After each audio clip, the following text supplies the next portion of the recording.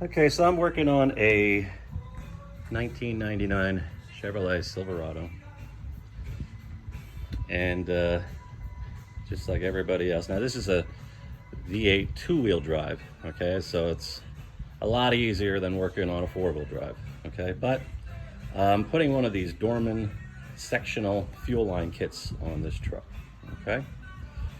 So I started off by disconnecting this vapor line from this valve right here, and then I got the tool that you can buy to disconnect the two fuel lines coming up to the injection rail here, okay, which is right down in there, if you can see those, okay? All right, so that's the easy stuff, right? Okay.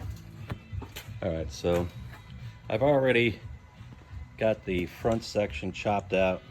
There it is. I got these old lines chopped out. What I used is I just used a plumbing tubing cutter, a small tubing cutter, and I cut the original lines right up close to these flexible knuckles, okay? So that's where I cut them, okay? Cut the lines right in half there, and then I was able to, I started off on the back section because that's easier, of course, and then I worked towards the front section, all right? So now this is how I went about doing it, all right? I lowered the transmission. I took the bolts out of the rails here. Okay, it's a little dark back here. Let's see if I can get some light here for you. There we go. All right, so I took the bolts out of the rails, and then I also had to pull the drive shaft, okay?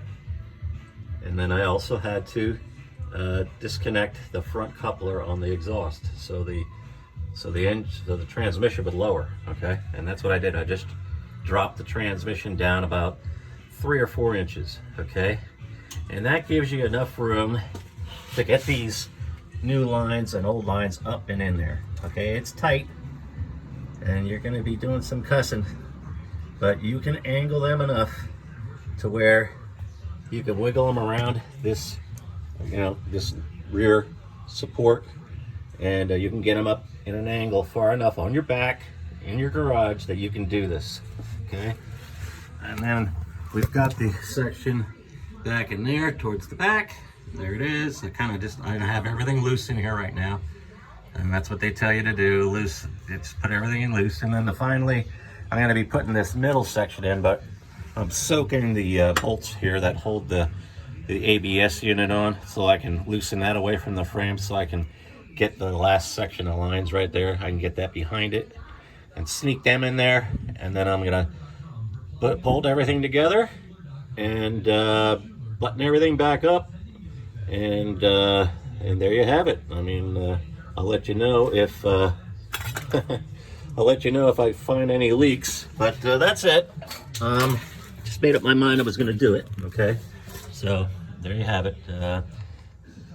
Didn't really have to disconnect anything else. Of course, disconnect the battery every time you work on a vehicle. I got the truck supported on jack stands, and I even have a jack over there, and I have blocks underneath the front tire, just because I'm really paranoid about being underneath a vehicle that can kill you. So there you have it.